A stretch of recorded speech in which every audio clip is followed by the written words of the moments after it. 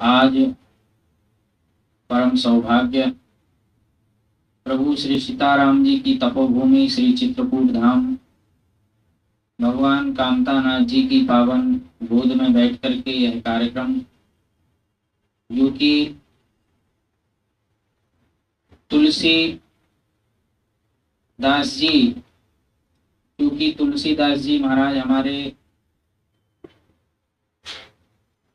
पूरे ही संपूर्ण विश्व के लिए जिनका अवतार हुआ कल्याण के लिए, और ये सौभाग्य चित्रकूट की भूमि को मिला है और उन्हीं के नाम से ये संस्था हमारे चित्रकूट धाम में काम कर रही है। क्योंकि तुलसीदास जी का एक ध्येय वाक्य है कि सिया राम में सब जग जानी, करहूं प्रणाम जोर जुग पानी, जड़ चेतन जगजीव जत सकल राम में जान। इस भाव को लेकर के संस्था काम कर रही है। तो निश्चित है तुलसीदास एवं शैक्षणिक और इसमें शोध संस्थान जो नाम है उसको लेकर के समूचे मानव समाज के लिए और प्राणी मात्र के लिए हम जो भी अनुसंधान कर पाए, जो भी सेवा कर पाए, इसके लिए संस्था हमेशा ही तत्पर रहती है। वर्तमान में वो कुपोषण को लेकर के काम कर रही है और तुलसीदास जी महाराज ने भी वर्णन किया है, विश्व भरण पोषण कर जोई, ताकर नाम भरत असोई। उन्हीं के नाम से भारतवर्ष का नाम भी है। तो निश्चित है कि ये संस्था तुलसीदास जी महाराज की जो उदात्त विचार हैं उनको लेकर के गांव गांव तक जाएगी और अभी कई ग्रामीण परिवेश में काम भी कर रही है। तो निश्चित है इसमें जो आए हुए हैं आगंतुक महानुभाव और हमारे श्री कामदगिरि संस्कृत विद्यापीठम के सभी छात्र, हमारे निर्मोही अखाड़ा से घनश्याम मिश्रा जी, और इस संस्था के जो मुख्य सेवक हैं, पद तो बड़ा है उनका लेकिन सेवक की भूमिका में लगातार काम करते रहते हैं। ऐसे हमारे चंद्र प्रकाश द्विवेदी जी, हरे श्याम जी, अभी तो 2 ही लोग हैं, अन्य लोग भी जुड़े हुए हैं इसमें और भी, और आप सभी लोग जितने लोग भी इसमें कार्यक्रम में उपस्थित हैं सभी लोग इस संस्था से जुड़े हैं। क्योंकि अभी आपने अपेक्षा की है कि निश्चित आप इस कार्यक्रम में आ गए हैं, ये बहुत बड़ी बात है। कम समय में आप, हमें लगता है कि अगर कुपोषण के क्षेत्र में यह जो संस्थाएं और भी ग्रामीण परिवेश में काम कर रही हैं तो हमें लगता है लगभग सारे लोग गांव से जुड़े ही हैं। तो चित्रकूट के 84 कोष की परिधि में जितना भी ग्रामीण परिवेश है, वो चाहे यूपी एमपी चाहे कोई भी क्षेत्र हो, सभी जगह हम अपेक्षित हैं। आप अगर बुलाएंगे, कार्यक्रम रखेंगे तो निश्चित ये संस्था पहुंचेगी, और नहीं भी बुलाएंगे तब भी अपने आप काम करते करते तो वो पहुंच ही रहे हैं, आप तक पहुंचेंगे ही। इसमें गुप्त गोदावरी गंगा जो समिति है जो काम कर रही है, वहाँ आरती करती है और कई कार्यक्रम समायोजित करती है। अभी दंगल का कार्यक्रम वहां पर रखा गया था और वृक्षारोपण का भी कार्यक्रम चलता ही है प्रतिवर्ष। मंदाकिनी गंगा की सफाई को लेकर के भी काम चलता ही है, और सभी जगह जहां पर भी सामाजिक कार्य होते हैं वहां पर आप लोगों की उपस्थिति रहती है, और कामतानाथ जी में जो भी आयोजन रहते हैं उनमें आप लोगों की उपस्थिति रहती है। देवांश जी हैं, उनके साथ में जो भी बच्चे आए हैं, ओमराज तिवारी जी भी, अभी जिन्होंने तिरंगा यात्रा निकाली 1000 फीट का तिरंगा जो प्रतिवर्ष नाना जी की पुण्यतिथि के अवसर पर निकालते हैं, इस वर्ष भी आपने निकाली। और छात्र शक्ति, राष्ट्र शक्ति, ये ध्येय वाक्य लेकर के आप काम कर रहे हैं। तो निश्चित है कि छात्र शक्ति राष्ट्र शक्ति है ही, लेकिन अभी जो दिलीप जी ने बताया, ये चुनौती है सबके लिए कि हमारी ऊर्जा केंद्रित नहीं है, हमारी ऊर्जा अनियंत्रित है और हम जागरूक नहीं हैं।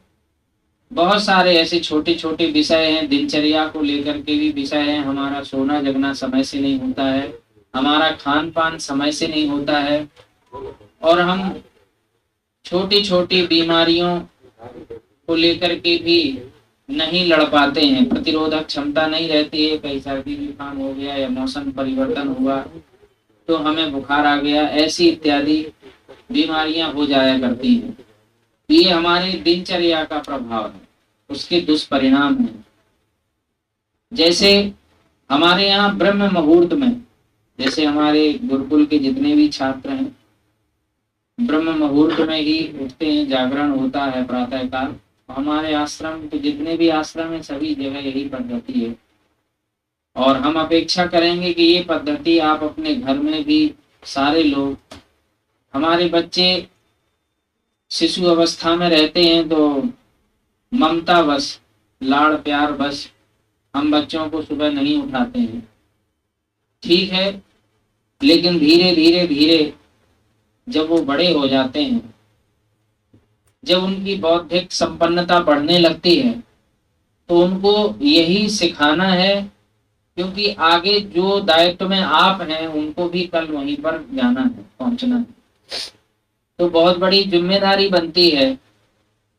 हम अगर उनको उस दिनचर्या से नहीं बांधेंगे तो उनकी पढ़ाई भी प्रभावित होगी, आगे जीवन जो अच्छा होना चाहिए वो भी प्रभावित होगा, क्योंकि युवा अवस्था में फिर हम नहीं संभल पाते हैं जब हमारी बुरी आदतें प्रवेश कर जाती हैं।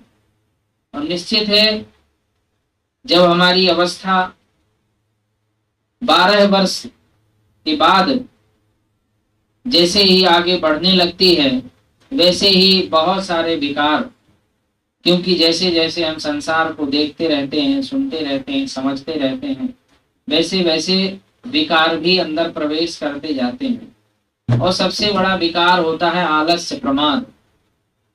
आलस्य हमको ना पढ़ने देता है, ना कुछ कर्म करने देता है, ना अच्छे विचार संस्कार, और धीरे धीरे धीरे व्यक्ति वहीं तक सीमित रह जाता है, बस लड़ने झगड़ने में बस वो आगे रहेगा, वो भी केवल अपने खाने मात्र के लिए लड़ेगा। तो इतनी छोटी विचारधारा हमारी किस कारण हो जाती है? आलस्य, प्रमाद के कारण। और हमारी दिनचर्या अच्छी रहती है तो हमें ही समय नहीं बचता है, हमारे पास इतना समय बचता है कि हम कुछ समाज के लिए, राष्ट्र के लिए, परोपकारवादी सिद्धांतों के लिए जीते मरते हैं, और उन मानविंदियों के लिए जीते मरते हैं कि हमारी भारत माता, हमारी संस्कृति, हमारी सभ्यता, हमारा ही घर परिवार नहीं बल्कि वसुधैव कुटुंबकम की भावना लेकर के हम चल पड़ते हैं। ऐसे कई महापुरुष हुए हैं हमारे सामने, और निश्चित है मुख्य रूप से भारतवर्ष को जिस रूप में माना जाता है जगत गुरु के रूप में, वो यही त्याग तपस्या है जो वर्तमान में आप लोग कर रहे हैं। चित्रकूट की पावन भूमि पर शिक्षा अर्जित कर रहे हैं, साधु संतों का संग कर रहे हैं। यहाँ साक्षात अनंत ऊर्जा का प्रवाह हो रहा है कामतगिरी में। जो इतना बड़ा कामतगिरी जो भंडार है ऊर्जा का, जहाँ लाखों करोड़ों लोग दौड़ पड़ते हैं परिक्रमा लगाने के लिए, अनंत कामनाओं को पूर्ण करने वाले कामतानाथ जी, अमावस्या जैसे आती है वैसे हम देखने लगते हैं हजारों किलोमीटर से लोग पैदल आते हैं, कोई 500 किलोमीटर, कोई 300 किलोमीटर, कोई ट्रेन से आ रहा, कोई दंडौती परिक्रमा करते हुए आ रहा, और हम देखते हैं कि वो त्याग, तपस्या, उनके प्रति वो समर्पण का भाव, वह भक्ति ये आज से नहीं है, ये आदि सृष्टि जब से है तब से है, चित्रकूट धाम, और तभी से ये हमारी संस्कृति है, हमारा आस्था, हमारा विश्वास, हमारा समर्पण, सब कुछ उसमें ही समाहित है। तो सबसे बड़ी बात है दिनचर्या। दिनचर्या अगर मेरी प्रभावित हो गई तो मेरा जीवन, पूरा ही जीवन प्रभावित हो गया। आज जीवन हम अपना खोते जा रहे हैं। हमारा पर्यावरण जो हमारे आसपास का आवरण है वो प्रदूषित हो चुका है। अभी दिलीप जी ही बता रहे थे, वैचारिक प्रदूषण और बाहरी प्रदूषण दोनों ही। जब हम, सबसे पहले विचारों में प्रदूषण अंदर जाता है तभी बाहर भी जाता है, और निश्चित है हम इतने अमर्यादित हो जाते हैं, इतने असभ्य हो जाते हैं, इतनी ज्यादा आदतें खराब हो जाती हैं कि हमने खाया रैपर फेंक दिया, हमने टॉफी खाई, बिस्किट खाया, रैपर फेंक दिया। अरे जब आप लेने गए थे तो जो आपने धन दिया होगा तो उसमें मूल्य उस रैपर का भी जुड़ा था। जितनी बेरहमी से फेंका है ना आपने, बुरी आदत से, उसमें मूल्य उसका भी उसने ले लिया। और जब उसके अंदर कीमती चीज रखने का जो आवरण बनाया था किसी कंपनी ने, वो चाहे जिस चीज का बनाया हो, लेकिन उसने उस चीज को उसमें संजो करके रखा, वो वहां से वहां तक आ गई, और दुकान में आपने खरीदी भी, आपके हाथ में आई, आपने खाई, और उसको ऐसे फेंक दिया। लेकिन एक भी बार ये चिंतन मनन नहीं किया कि ये मेरी बुरी आदत है। उस समय आपको कोई नहीं रोक रहा, टोक रहा, कोई आपका हाथ नहीं पकड़ रहा, कोई आपके अंदर नहीं बैठा है, आप ही हैं स्वयं, और वह आदत आपको ही सुधारनी है। उसके जिम्मेदार केवल आप हैं। और धीरे धीरे धीरे धीरे धीरे बढ़ते क्रम में एक कचरे का ढेर लगता है बहुत बड़ा। तो निश्चित है पहले वो कचरा मेरे मन मस्तिष्क में है, विचारों में है। हमें परिवर्तन करना पड़ेगा कि कहां पर कौन सी चीज फेंकना है कि नहीं फेंकना है। ये अमर्यादित चरित्र है हमारा, इसको सुधारना पड़ेगा।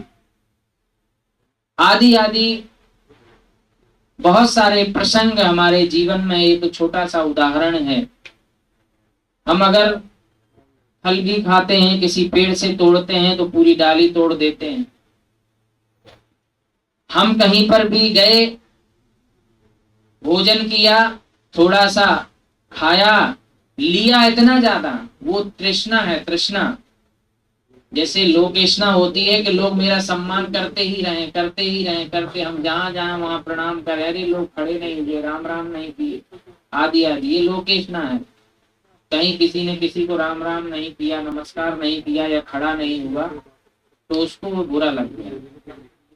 तो ऐसे ही हम भोजन के लिए गए, चाहे रसोई में पहुंचे या दुकान पे, कहीं पर भी जाएं, आज तो बफर सिस्टम चल गया, तो अपने हाथ से चाहे कितना ले लो, लेकिन हम ले तो लेते हैं, लेकिन खाना कितना है ये अनुपात मुझको पता नहीं है, और आधे से ज्यादा हमने फेंक दिया। अब इसमें ये हुआ कि आपने बनाया था क्या? अरे उसको तो खिलाना ही पड़ेगा, बहुत सारी बातें, लेकिन जब आपको खुद बनाना पड़ता है, तब जब आप स्वयं पानी भरने के लिए किसी कुएं पर जाते हैं, नदी पर, तालाब पर जाते हैं, तो उसकी कीमत पता चलती है। लेकिन वही पानी किसी टोटी में पानी आ रहा, नल में आ रहा और बह रहा है, तो कहोगे अरे ये हमने थोड़ी कर दिया।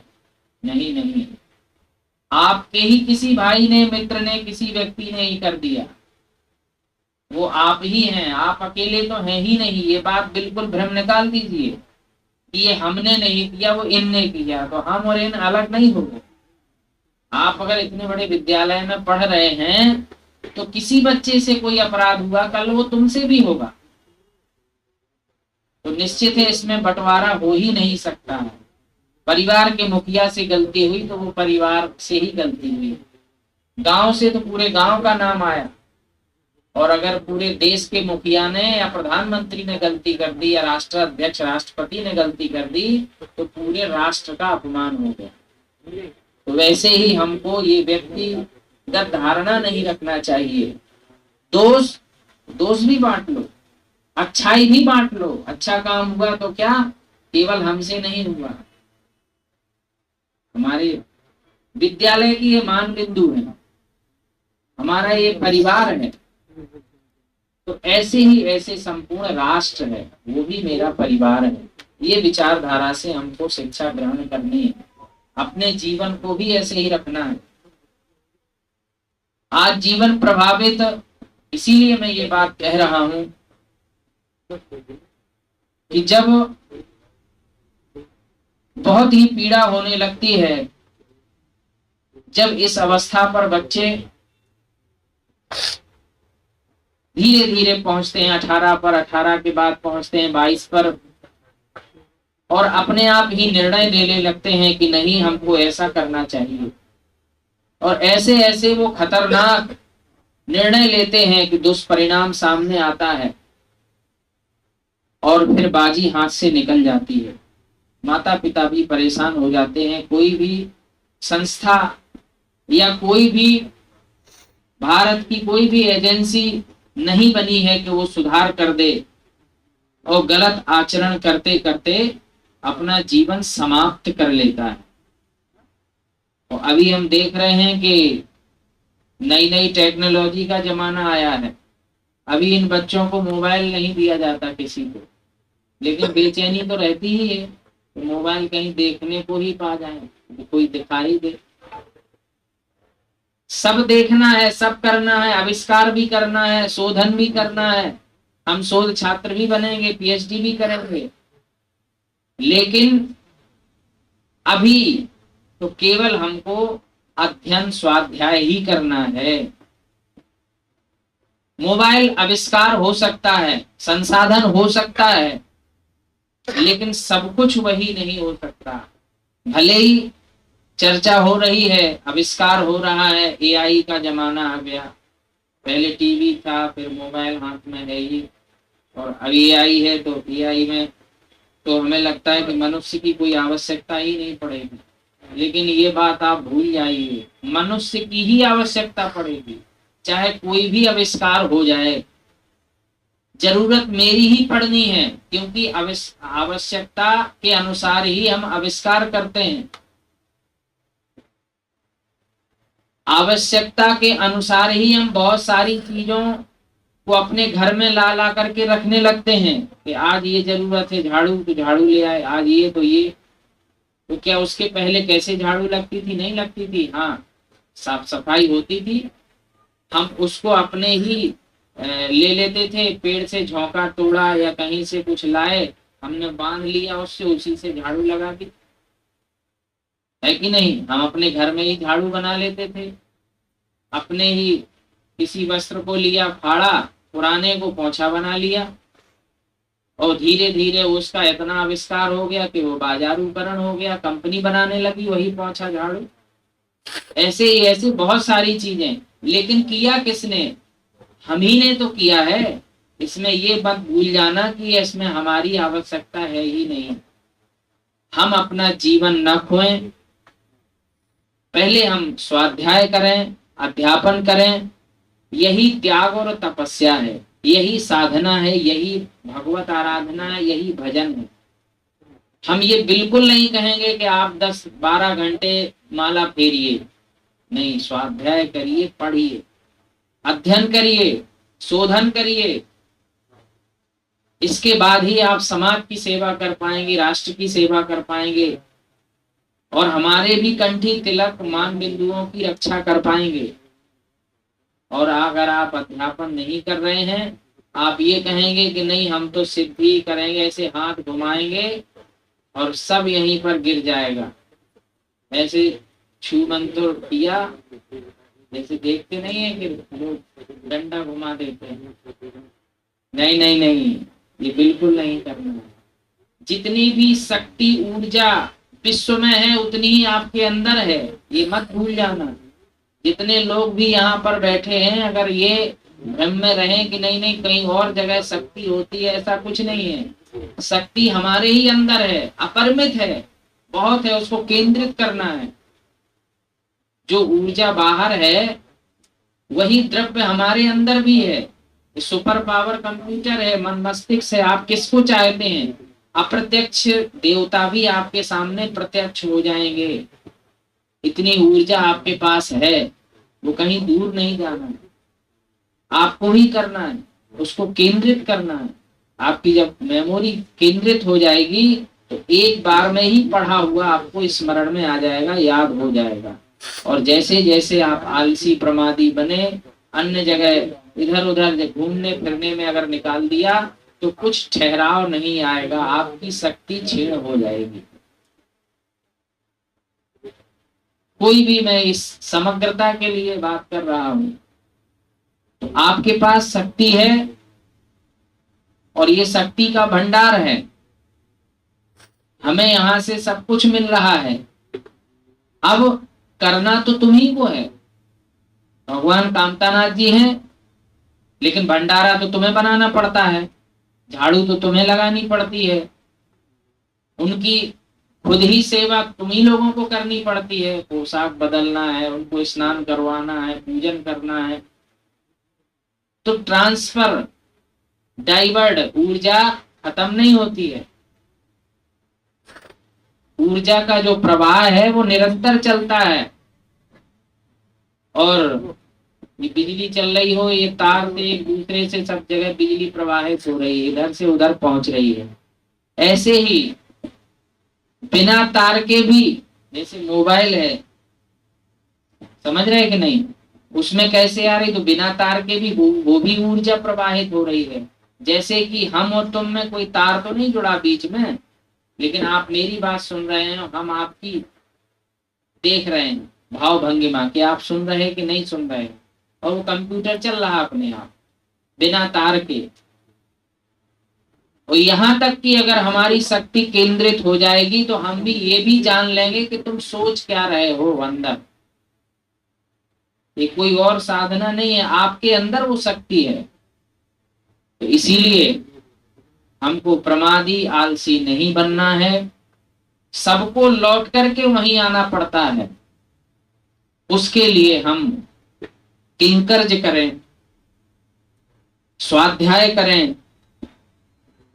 यही त्याग तपस्या है।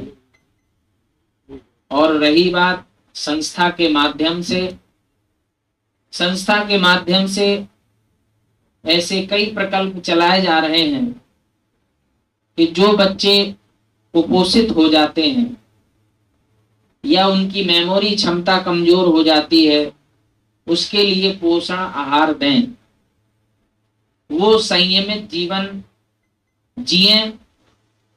अगर उनमें से कोई प्रतिभा है कि अगर वो पढ़ना चाहती है या कुछ करना चाहती है, उसके लिए भी हमारी संस्था सपोर्ट करेगी।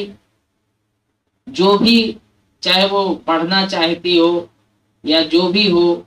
अभी कुछ दिन पहले शिविर लगा था करबी के पास में, वहां बच्चों को कुछ ना कुछ वितरण किया गया, पोषण भी वितरण किया गया, कहीं कहीं पेन, कापी, डायरी इत्यादि। और धीरे धीरे जैसे जैसे इनके पास भी सहयोगी संसाधन प्राप्त होंगे, वैसे वैसे और भी आगे काम प्रारंभ हो पाएंगे। मैं आगंतुक महान भावों के लिए भगवान कामतानाथ जी की ओर से कोट सा धन्यवाद देता हूँ, संस्था की ओर से कोट सा धन्यवाद देता हूँ। आज अग्रिम पूर्वत जो हमारा होलिकोत्सव है उसकी बधाई भी देता हूँ। सभी लोग बड़े खुशहाली पूर्वक अपने अपने घरों में और संपूर्ण देश में, पूरे विश्व में जहां जहां भी हिंदू सनातनी हैं, होलिकोत्सव मनाएंगे, उनके लिए बधाई। और आज एक हमारे चित्रकूट की धरोहर कहें, जिन्होंने नेत्र चिकित्सालय में अपनी सेवाएं प्रदान की, आज उनकी अंत्येष्टि थी, अंतिम यात्रा थी। डॉक्टर बीके जैन, जिन्होंने अपने सेवा के क्षेत्र में भारत सरकार ने उनको पद्म श्री भी दिया। हमारे चित्रकूट के संतों ने उन्हें इतना आशीर्वाद पहले ही दे दिया था कि उन्होंने कर्तव्य पारायण बनकर के एक संत की संस्था को आगे बढ़ाया, उनके संकल्प को आगे बढ़ाया। हमारे अनंत श्री विभूषित श्री रणछोड़ दास जी महाराज, उनका यह संकल्प था कि चित्रकूट में एक ऐसा प्रकल्प खुले कि हम दृष्टि दे पाए। वो संकल्प को हमारे डॉक्टर बीके जैन ने पूर्ण किया और आज संस्था यहाँ तक पहुंचाई, उस प्रकल्प को पहुंचाया। आज उनका शरीर दिवंगत परसों ही हो गया था, लेकिन आज अंतिम संस्कार हुआ। तो मैं ये चाहूंगा कि इसी कार्यक्रम में हम 1 मिनट का मौन रह करके और शांति पाठ करेंगे। मैं आचार्य से कहूं कि शिवम जी, गौतम जी कहाँ है? शिवम जी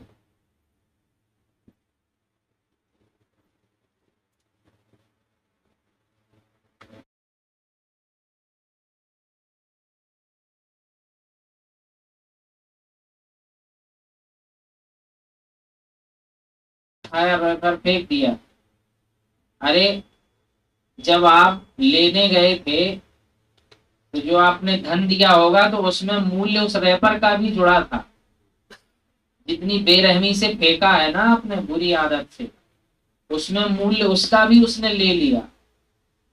और जब उसके अंदर कीमती चीज रखने का जो आवरण बनाया था किसी कंपनी ने, वो चाहे जिस चीज का बनाया हो, लेकिन उसने उस चीज को उसमें संजो करके रखा, वो वहां से वहां तक आ गई और दुकान में आपने खरीदी भी, आपके हाथ में आई, आपने खाई और उसको ऐसे फेंक दिया। लेकिन एक भी बार ये चिंतन मनन नहीं किया कि ये मेरी बुरी आदत है। उस समय आपको कोई नहीं रोक रहा, टोक रहा, कोई आपका हाथ नहीं पकड़ रहा, कोई आपके अंदर नहीं बैठा है, आप ही हैं स्वयं। और वह आदत आपको ही सुधारनी है, उसके जिम्मेदार केवल आप हैं। और धीरे धीरे धीरे धीरे धीरे बढ़ते क्रम में एक कचरे का ढेर लगता है बहुत बड़ा। तो निश्चित है पहले वो कचरा मेरे मन मस्तिष्क में है, विचारों में है। हमें परिवर्तन करना पड़ेगा कि कहां पर कौन सी चीज फेंकना है कि नहीं फेंकना है। ये अमर्यादित चरित्र है हमारा, इसको सुधारना पड़ेगा। आदि आदि बहुत सारे प्रसंग हमारे जीवन में, एक छोटा सा उदाहरण है। हम अगर फल भी खाते हैं, किसी पेड़ से तोड़ते हैं तो पूरी डाली तोड़ देते हैं। हम कहीं पर भी गए, भोजन किया, थोड़ा सा खाया, लिया इतना ज्यादा, वो तृष्णा है, तृष्णा। जैसे लोकेशना होती है कि लोग मेरा सम्मान करते ही रहें, करते ही रहें, करते, हम जहां जहां वहां प्रणाम कर, अरे लोग खड़े नहीं हुए, राम राम नहीं किए, आदि आदि, ये लोकेशना है। कहीं किसी ने किसी को राम राम नहीं किया, नमस्कार नहीं किया या खड़ा नहीं हुआ तो उसको वो बुरा लग गया। तो ऐसे ही हम भोजन के लिए गए, चाहे रसोई में पहुंचे या दुकान पे, कहीं पर भी जाएं, आज तो बफर सिस्टम चल गया तो अपने हाथ से चाहे कितना ले लो, लेकिन हम ले तो लेते हैं, लेकिन खाना कितना है ये अनुपात मुझको पता नहीं है, और आधे से ज्यादा हमने फेंक दिया। अब इसमें ये हुआ कि आपने बनाया था क्या? अरे उसको तो खिलाना ही पड़ेगा, बहुत सारी बातें। लेकिन जब आपको खुद बनाना पड़ता है, तब जब आप स्वयं पानी भरने के लिए किसी कुएं पर जाते हैं, नदी पर, तालाब पर जाते हैं, तो उसकी कीमत पता चलती है। लेकिन वही पानी किसी टोंटी में पानी आ रहा, नल में आ रहा और बह रहा है, तो कहोगे अरे ये हमने थोड़ी कर दिया। नहीं नहीं, आपके ही किसी भाई ने, मित्र ने, किसी व्यक्ति ने ही कर दिया। वो आप ही हैं, आप अकेले तो हैं ही नहीं। ये बात बिल्कुल भ्रम निकाल दीजिए कि ये हमने नहीं किया, वो इनने किया। तो हम और इन अलग नहीं हो गए। आप अगर इतने बड़े विद्यालय में पढ़ रहे हैं, तो किसी बच्चे से कोई अपराध हुआ, कल वो तुमसे भी होगा। तो निश्चित है इसमें बंटवारा हो ही नहीं सकता है। परिवार के मुखिया से गलती हुई तो वो परिवार से ही गलती हुई, गांव से तो पूरे गांव का नाम आया। और अगर पूरे देश के मुखिया ने या प्रधानमंत्री ने गलती कर दी, या राष्ट्राध्यक्ष, राष्ट्रपति ने गलती कर दी, तो पूरे राष्ट्र का अपमान हो गया। तो वैसे ही हमको ये व्यक्तिगत धारणा नहीं रखना चाहिए। दोष दोष भी बांट लो, अच्छाई भी बांट लो। अच्छा काम हुआ तो क्या केवल हमसे नहीं हुआ, हमारे विद्यालय की ये मान बिंदु है, हमारा ये परिवार है। तो ऐसे ही ऐसे संपूर्ण राष्ट्र है, वो भी मेरा परिवार है। ये विचारधारा से हमको शिक्षा ग्रहण करनी है, अपने जीवन को भी ऐसे ही रखना है। आज जीवन प्रभावित, इसीलिए मैं ये बात कह रहा हूं कि जब बहुत ही पीड़ा होने लगती है, जब इस अवस्था पर बच्चे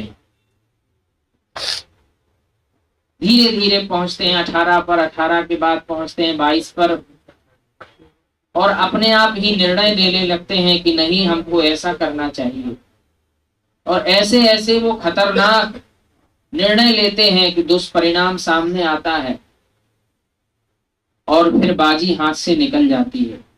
माता पिता भी परेशान हो जाते हैं। कोई भी संस्था या कोई भी भारत की कोई भी एजेंसी नहीं बनी है कि वो सुधार कर दे, और गलत आचरण करते करते अपना जीवन समाप्त कर लेता है। और अभी हम देख रहे हैं कि नई नई टेक्नोलॉजी का जमाना आया है। अभी इन बच्चों को मोबाइल नहीं दिया जाता किसी को, लेकिन बेचैनी तो रहती ही है, तो मोबाइल कहीं देखने को ही पा जाए, कोई दिखाई दे। सब देखना है, सब करना है, आविष्कार भी करना है, शोधन भी करना है। हम शोध छात्र भी बनेंगे, पीएचडी भी करेंगे, लेकिन अभी तो केवल हमको अध्ययन, स्वाध्याय ही करना है। मोबाइल आविष्कार हो सकता है, संसाधन हो सकता है, लेकिन सब कुछ वही नहीं हो सकता। भले ही चर्चा हो रही है, आविष्कार हो रहा है, एआई का जमाना आ गया। पहले टीवी था, फिर मोबाइल हाथ में है ही, और अब एआई है। तो एआई में तो हमें लगता है कि मनुष्य की कोई आवश्यकता ही नहीं पड़ेगी। लेकिन ये बात आप भूल जाइए, मनुष्य की ही आवश्यकता पड़ेगी।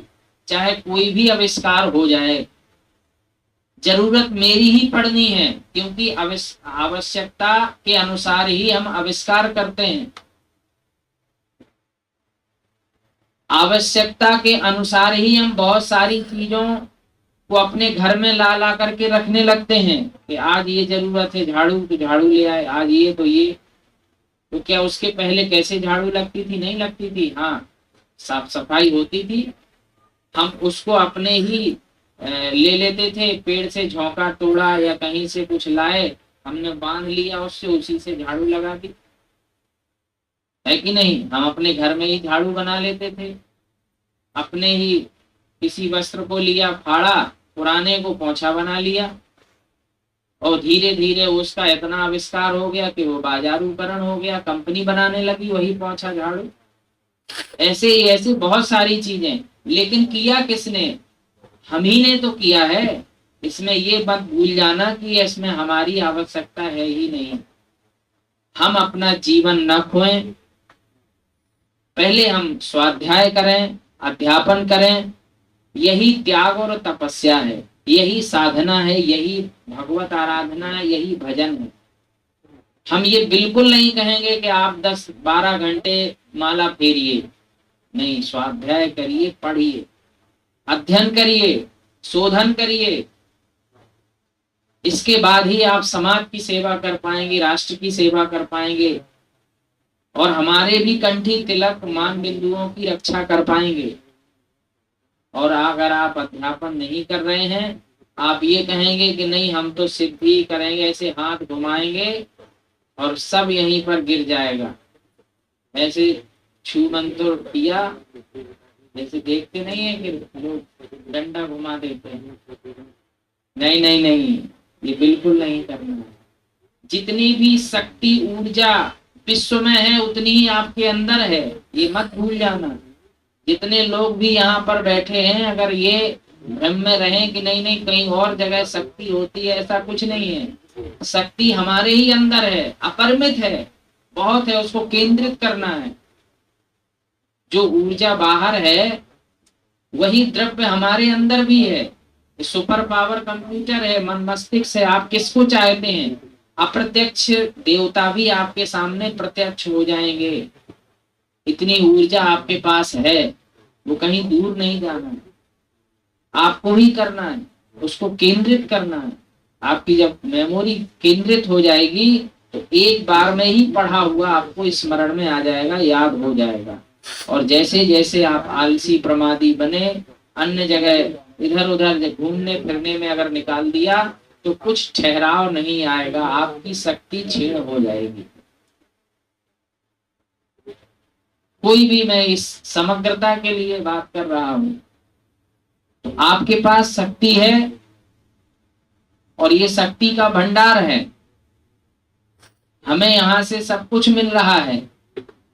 अब करना तो तुम्ही को है।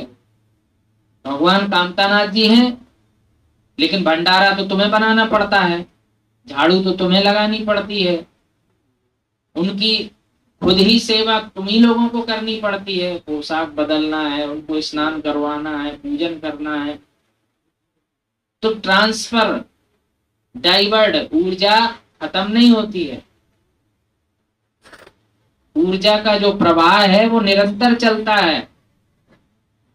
और ये बिजली चल रही हो, ये तार से एक दूसरे से सब जगह बिजली प्रवाहित हो रही है, इधर से उधर पहुंच रही है।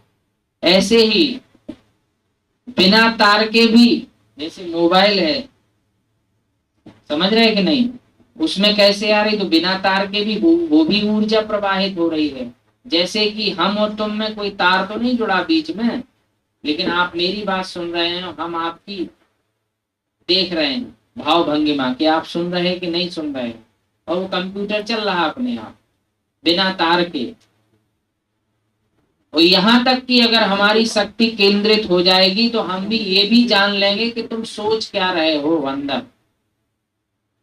ये कोई और साधना नहीं है, आपके अंदर वो शक्ति है। तो इसीलिए हमको प्रमादी आलसी नहीं बनना है, सबको लौट करके वहीं आना पड़ता है। उसके लिए हम किंकर्ज करें, स्वाध्याय करें, यही त्याग तपस्या है।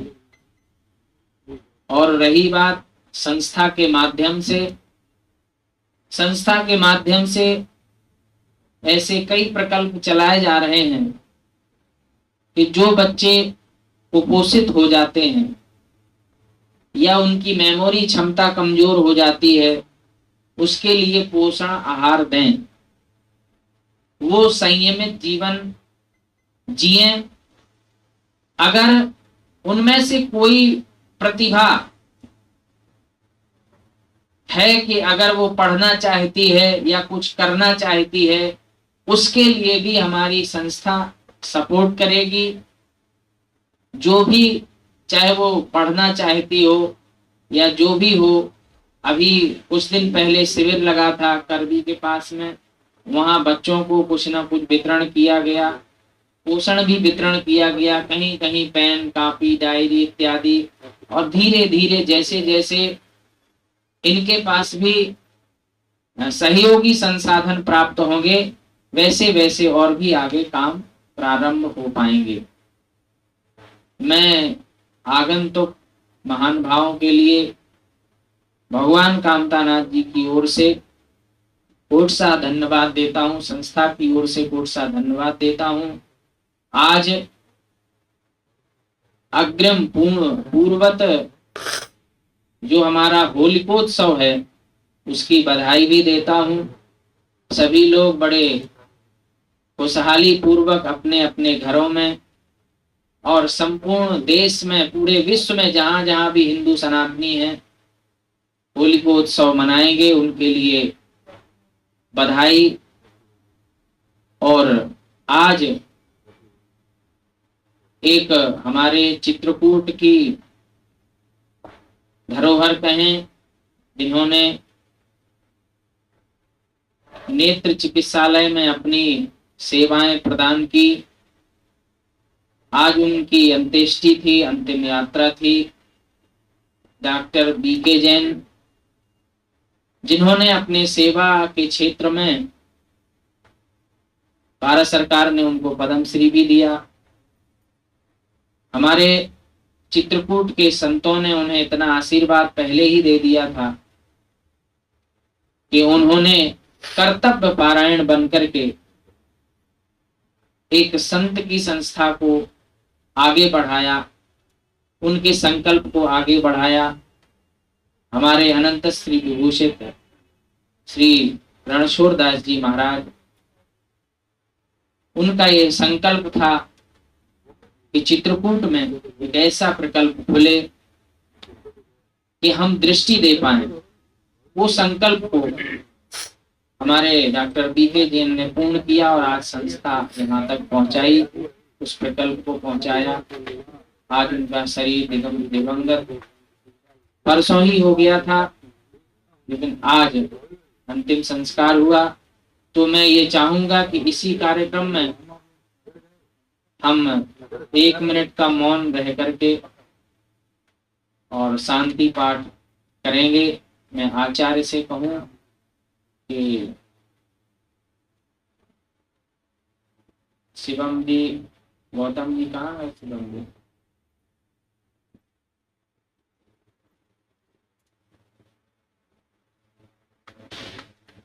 खड़े।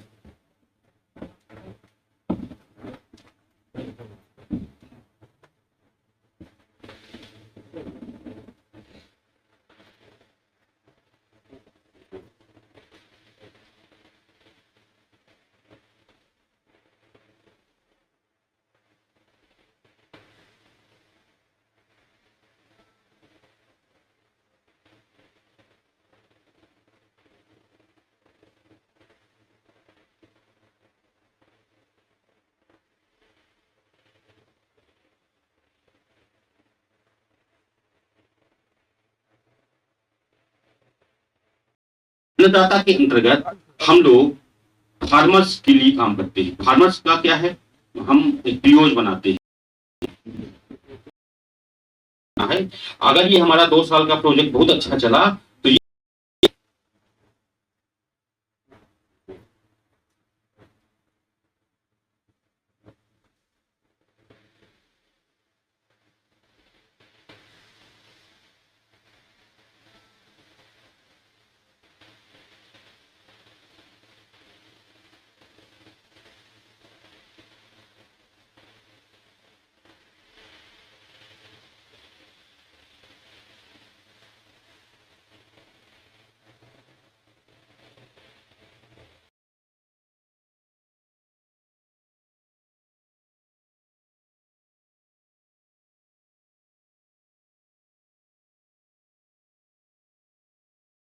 और इसमें गवर्नमेंट दोनों मिल करके कुछ पार्टनरशिप में पैसा देती है। तो इसमें हमने चित्रकूट जिले के 20 गांव को चुना है। तो इस 20 गांव को सशक्त बनाना है, ऐसा ही हमारा प्रोग्राम है। वो 20 गांव हमारे चिन्हित हैं, हमें किन 20 गांव में काम करना है। अगर ये हमारा 2 साल का प्रोजेक्ट बहुत अच्छा चला तो ये प्रोजेक्ट हमारा आगे चलेगा। आगे हमें हो सकता है 20 और गांव मिल जाए, या हो सकता है उन 20 गांव में कोई कमी हो तो उनको फिर से ऐसा मिले। अब ये तो बात की बात है। इसके बाद एक हमारा प्रोग्राम सखी का चलता है। सखी के अंतर्गत हम महिलाओं के आत्मनिर्भर की बात करते हैं, महिलाएं कैसे इम्पावर्ड हों, महिलाएं कैसे अपने आप को सशक्त बने, उस पर हम लोग कार्यक्रम करते हैं। ये प्रोग्राम अभी हमारा थोड़ा सा रुका हुआ है, पहले हम लोग इस प्रोग्राम को करते थे, लेकिन अगर ये मतलब ये हमारा प्रोजेक्ट है, इस पर हम लोग काम करते हैं। और जो एक सबसे लास्ट का प्रोग्राम है वो एक अन्नदाता का प्रोग्राम है। अन्नदाता के अंतर्गत हम लोग फार्मर्स के लिए काम करते हैं। फार्मर्स का क्या है, हम एक पीओज बनाते हैं। फार्मर्स का एक ग्रुप होता है, फार्मर प्रोड्यूसर ऑर्गेनाइजेशन। हम अब तक चित्रकूट जिले में एक हम लोग का स्वयं एक पीओ बन रहा है, जिसमें भैया सब लोग आप मेंबर हैं, जिसमें हमारे 570 किसान हैं। 570 किसान वो कंपनी रजिस्टर्ड के तहत जो है रजिस्टर्ड है, सरकारी सुविधाएं भी मिलती है, नाबार्ड वगैरह भी सब लोग सहयोग करते हैं। तो वो हमारा एक अन्नदाता के तहत प्रोग्राम चल रहा है। आप सब लोगों से भी हमारा निवेदन है कि आप सब लोग भी हमारे इन प्रोग्रामों के तहत जुड़ सकते हैं, किसी न किसी रूप में, जिस भी रूप में आप चाहें, सहयोगी के तौर पर, सहायता के रूप में, मेंबर्स के रूप में, ठीक है ना। यहाँ कुछ लगता नहीं है, बस सहयोग की भावना होती है। किसान है तो हो सकता है आपको किसानी के बारे में कुछ अच्छी चीजें आपको मिल जाएं, जुड़ जाएं, आपको लाभ भी हो सकता है। तमाम प्रकार के यंत्र भी मिलते हैं, तमाम प्रकार जो भी होता है, सब कुछ होता है। आप जब समझेंगे तब बताएंगे, बहुत ज्यादा डिटेल में बताई नहीं जा सकती। अब छोटे चूंकि समय कम है तो बहुत ज्यादा कुछ बताने की जरूरत नहीं है। बस यही मिश्रा जी का आदेश था, इतना ही था कि मुझे आपको अपने जो प्रोजेक्ट हैं उनके बारे पर बताना था। तो मैंने आपको 5 अपने जो हमारे प्रोजेक्ट चल रहे हैं उनके बारे पर हमने बताया। और आज हम लोग अभी आपको महाराज जी का आशीर्वाद मिलेगा, अभी और भी वक्ता होंगे, वो भी अपनी अपनी बात बोलेंगे। तो सबके साथ हम लोग जो है ये विचार विमर्श करते हैं, बात करेंगे। आप लोग भी हमसे अपनी बात शेयर कर सकते हैं कि आपको कहाँ किस रूप में आप हमसे जुड़ सकते हैं। तो अपनी बात बंद करने से पहले मैं एक बात जरूर कहूंगा कि हम आपको जो हमसे जुड़े तो सब ही हैं, पर हम चाहेंगे कि जरूर हमारे साथ आप कहीं ना कहीं ऐसे ही इकट्ठा रहिए, हमारे साथ जुड़िए, किसी न किसी रूप में जुड़िए, कैसे भी जुड़े। तो निश्चित है कि हो सकता है हम आपके शायद कुछ काम आ जाएंगे लहरी रूप में, और आप तो हमारे देखिए बहुत काम आएंगे, इसमें कोई ऐसी नहीं है। हम तो आपसे यही अपेक्षा करेंगे। बाकी मैं अपनी बात को विराम देता हूँ। मुख्य अतिथि के रूप में विराजित परम पूज्य गुरुदेव भगवान, विशिष्ट अतिथि के रूप में विराजित प्रासाद में बैठे समस्त आगंतुक प्रिय छात्रों, जब हम बात करते हैं किसी विषय की जिसमें हेल्थ एंड हाइजीन की बात हो, स्वास्थ्य एवं सफाई की बात हो, तो हमें दूसरी और तीसरी जगह कहीं देखने की आवश्यकता नहीं पड़ती है। सबसे पहले हमें अपने आप को देखना पड़ता है और एक पल के लिए ठहर कर देखें कि हम और हमारी स्वच्छता कहाँ है। स्वच्छता 2 प्रकार की होती है, एक तो एक्सटर्नल और एक इंटरनल, बाह्य स्वच्छता और आंतरिक स्वच्छता। अब बाह्य स्वच्छता में आपके गुरुजी लोग भी बैठे हैं, हालांकि आप सब लोग तो द्विज विद्वान जन हैं। तो सबसे पहले आपके शरीर और वस्त्र ये बिल्कुल क्लियर होने चाहिए, साफ सुथरे होने चाहिए, नीट एंड क्लीन होने चाहिए, है ना। और पहला प्रभाव ही आपके इसी से पड़ता है। कहीं किसी से भेंट करते हैं, मिलते हैं, वार्ता करते हैं, बोलते हैं ना वो first impression is the last impression, बोलते हैं ना इंग्लिश में, है। तो पहला प्रभाव यदि कहीं किसी का पड़ता है, किसी के व्यक्तित्व का पड़ता है, तो वह उसकी स्वच्छता का पड़ता है। तो स्वच्छता में आपका बाह्य शरीर, उसमें आपके नेल कटे होने चाहिए। किसी के नाखून बड़े तो नहीं है, चेक कर लो। अभी गुरुजी चेक करेंगे तो फिर डांटेंगे। तो सबसे पहले तो आपके नाखून कटे हुए होने चाहिए। बाल तो हालांकि संस्कार और संस्कृति की पद्धति से हैं, निश्चित रूप से व्यवस्थित रहेंगे ही। आपके शरीर में जितने भी वस्त्र हैं वो बिल्कुल बैक्टीरिया लेस होने चाहिए, 0% उसमें बैक्टीरिया हो, फ्रेश बराबर प्रतिदिन होना चाहिए। अच्छा, नहाना रोज चाहिए, तो नहाते तो होंगे ही ना, है ना। साबुन से नहाना चाहिए। खाना खाने से पहले जब भी आप भोजन करें तो हाथों को धोना चाहिए। क्यों धोना चाहिए? कीटाणु रहते हैं। देखिए ये माइक मैंने पकड़ा हुआ है, भले मैं घर से आया हूँ, हाथ धोकर आया हूँ, नहा धोकर आया हूँ, मगर ये माइक पकड़ा मैंने, मेरे हाथों की पोरों में उंगलियों के बीच में भी बहुत सारी जगह है, सूक्ष्म से अति सूक्ष्म कीटाणु, जीवाणु, बैक्टीरिया यहाँ पर पनपते रहते हैं।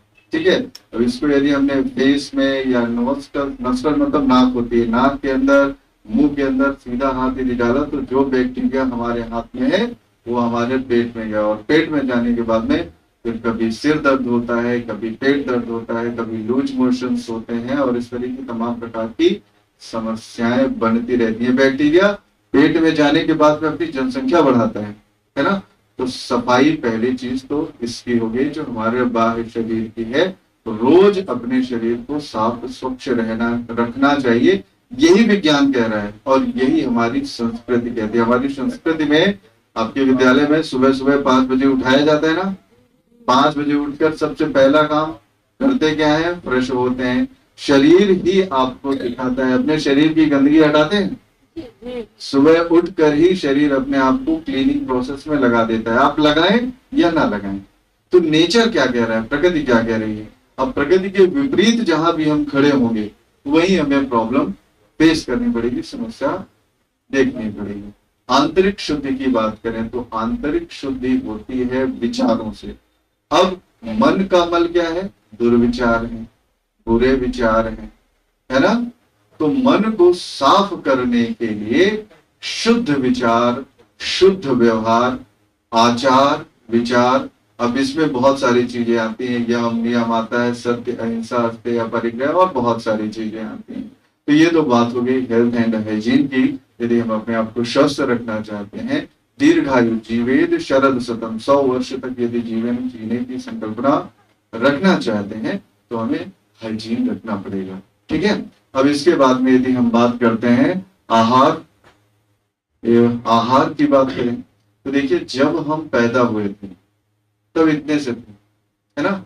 बाहर से कोई भी चीज हम लेकर नहीं आए कि भाई मैं छोटा हूं तो अपने हाथ बड़े करना चाह रहा हूं तो अपने हाथ इतने बड़े किसी के लगा दें, होता है क्या? और धीरे धीरे धीरे धीरे धीरे बड़े होते हैं। सब लोग खाना खाते हैं, दाल चावल रोटी सब्जी सब लोग खा रहे हैं ना। एक बड़ा है और एक छोटा है, एक कोई मोटा है तो कोई मोटा तो कोई नहीं है। अब सब लोग उसी की तरफ देखने लगे तो समझ जाएंगे कि वही है, वो मोटा नहीं है। ठीक है, तो कोई हेल्दी है, कोई हेल्दी नहीं है। कोई हेल्दी है और उसके उपरांत भी कुपोषित है, ये कैसे संभव है ना। यदि किसी को कहें कि कोई मोटा है और वो फास्टिंग करता है, विपरीत हो जाता है ना विषय, होता है। कभी कभी हम देखते हैं कि बहुत हष्ट पुष्ट दिखता है मगर उसके अंदर कुपोषण होता है। एक्चुअली शरीर में हर प्रकार के अन्न की जरूरत होती है। अन्न को ब्रह्म कहा गया है, शब्द को ब्रह्म जिस तरह से कहा गया है उसी तरह से अन्नम ब्रह्म, अन्न भी ब्रह्म है। और अन्न में केवल एक अनाज नहीं चलता है, उसमें आपके प्रोटीन, विटामिन, मिनरल, फाइबर और कार्बोहाइड्रेट्स बहुत सारी चीजें चलती हैं। केवल दाल चावल और रोटी सब्जी ही आपको पूरा पोषण नहीं दे सकती। शरीर को यदि पोषण चाहिए, शरीर को यदि समय से ग्रोथ देना है, हष्ट पुष्ट स्वस्थ करना है, तो आपको हर प्रकार के आहार, फल फूल का सेवन करना पड़ेगा। खाने में सलाद की और हर प्रकार के अन्न की मात्रा को बढ़ाना पड़ेगा। जैसे हम आज देखते हैं तो हम केवल गेहूं की रोटियों का ही भोजन करते हैं बेसिकली, है ना।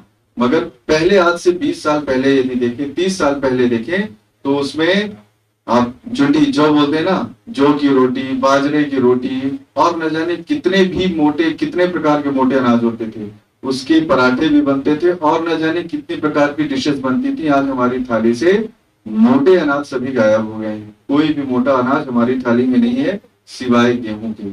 अच्छा, पहले हॉस्पिटल नहीं थे, बीमारियां होती थी तो लोग सीधे समाप्त होते थे, बहुत रेयर था कि बचते हों, मगर बीमारियां होती कम थी। आज खाने में वैरायटी बहुत है मगर बीमारी उससे ज्यादा है। तो खाना भोजन बिल्कुल सोच समझकर और मैक्सिमम जितना ज्यादा आप आहार के साथ में सब ऑप्शंस, जैसे आप फ्रूट्स हैं, सलाद है और अनाज की बहुत सारी जो वैरायटीज हैं वो ले रहे हैं वो आपको स्वस्थ करेगा। एक दाना भी जो आपका खाया गया है, आपके अंदर गया है, वही आपको पोषण देता है। जानते हैं आप जो आज खाकर आए हैं, दोपहर में कुछ खाया है आपने? क्या क्या खाया है? पूरी सब्जी खाई है ना। तो पूरी सब्जी आपने आज खाई है, 40 दिन बाद आपको याद नहीं रहेगा कि आपने क्या खाया है। भूल जाएंगे कि आज के दिन, आज की तारीख और आज के समय में आपने 40 दिन पहले क्या खाया था। मगर आज से 40 दिन बाद आपके शरीर में जो आपके द्वारा अभी खाया गया है, उसका अर्थ मतलब उसका तत्व बनकर आपके शरीर को पोषण देता है। आपकी जो हाइट बढ़ रही है ना, ग्रोथ बढ़ रही है ना, वो आपके भोजन से ही बढ़ रही है। जितना अच्छा खाना खाएंगे, जितना ज्यादा बढ़िया खाना खाएंगे और जितना वैरायटीफुल खाना खाएंगे, उतना ही आपके शरीर में ओज, तेज और चमक अलग से दिखाई देगी। तो बढ़िया सा भोजन कीजिए, अच्छा भोजन करिए और नित्य प्रति भोजन कीजिए। अपने आप को स्वस्थ रखिए, हाइजीनिक रखिए। बस इसी कामना के साथ में मैं अपने शब्दों को विराम देता हूँ। हरे श्याम भैया, बहुत बहुत धन्यवाद, आपने मंच में बुलाया। हरे श्याम भैया, करना पड़ेगा खाने में सलाद की और हर प्रकार के अन्न की मात्रा को बढ़ाना पड़ेगा। जैसे हम आज देखते हैं तो हम केवल गेहूं की रोटियों का ही भोजन करते हैं बेसिकली, है ना। मगर पहले, आज से 20 साल पहले यदि देखें, 30 साल पहले देखें, तो उसमें आप जुटी जौ बोलते हैं ना, जौ की रोटी, बाजरे की रोटी और न जाने कितने भी मोटे, कितने प्रकार के मोटे अनाज होते थे। उसके पराठे भी बनते थे और न जाने कितनी प्रकार की डिशेस बनती थी। आज हमारी थाली से मोटे अनाज सभी गायब हो गए हैं। कोई भी मोटा अनाज हमारी थाली में नहीं है सिवाय गेहूं के। अच्छा, पहले हॉस्पिटल नहीं थे, बीमारियां होती थी तो लोग सीधे समाप्त तो होते थे। बहुत रेयर था कि बचते हों, मगर बीमारियां होती कम थी। आज खाने में वैरायटी बहुत है, मगर बीमारी उससे ज्यादा है। तो खाना, भोजन बिल्कुल सोच समझकर और मैक्सिमम जितना ज्यादा आप आहार के साथ में सब ऑप्शंस, जैसे आप फ्रूट्स हैं, सलाद है और अनाज की बहुत सारी जो वैरायटीज हैं वो ले रहे हैं, वो आपको स्वस्थ करेगा। एक दाना भी जो आपका खाया गया है, आपके अंदर गया है, वही आपको पोषण देता है। जानते हैं आप जो आज खाकर आए हैं, दोपहर में कुछ खाया है आपने? क्या क्या खाया है? पूरी सब्जी खाई है ना। तो पूरी सब्जी आपने आज खाई है, 40 दिन बाद आपको याद नहीं रहेगा कि आपने क्या खाया है। भूल जाएंगे कि आज के दिन, आज की तारीख और आज के समय में आपने 40 दिन पहले क्या खाया था। मगर आज से 40 दिन बाद आपके शरीर में जो आपके द्वारा अभी खाया गया है, उसका अर्थ मतलब उसका तत्व बनकर आपके शरीर को पोषण देता है। आपकी जो हाइट बढ़ रही है ना, ग्रोथ बढ़ रही है ना, वो आपके भोजन से ही बढ़ रही है। जितना अच्छा खाना खाएंगे, जितना ज्यादा बढ़िया खाना खाएंगे और जितना वैरायटीफुल खाना खाएंगे, उतना ही आपके शरीर में ओज, तेज और चमक अलग से दिखाई देगी। तो बढ़िया सा भोजन कीजिए, अच्छा भोजन करिए और नित्य प्रति भोजन कीजिए। अपने आप को स्वस्थ रखिए, हाइजीनिक रखिए। बस इसी कामना के साथ में मैं अपने शब्दों को विराम देता हूँ। हरे श्याम भैया, बहुत बहुत धन्यवाद, आपने मंच में बुलाया।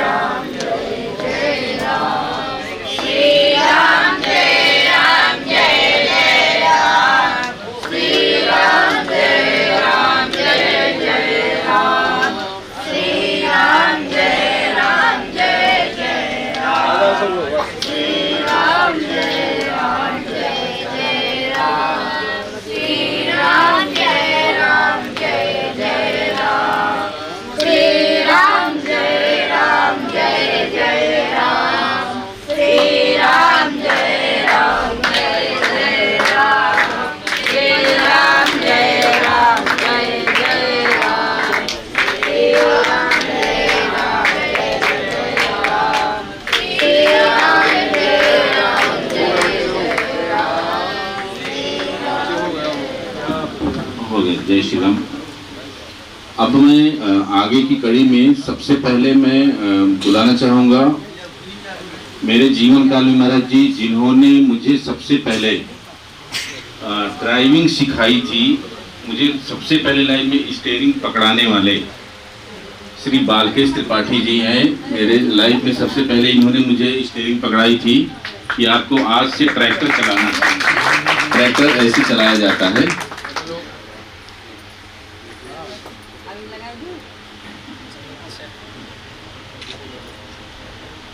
चंद्रभगा जी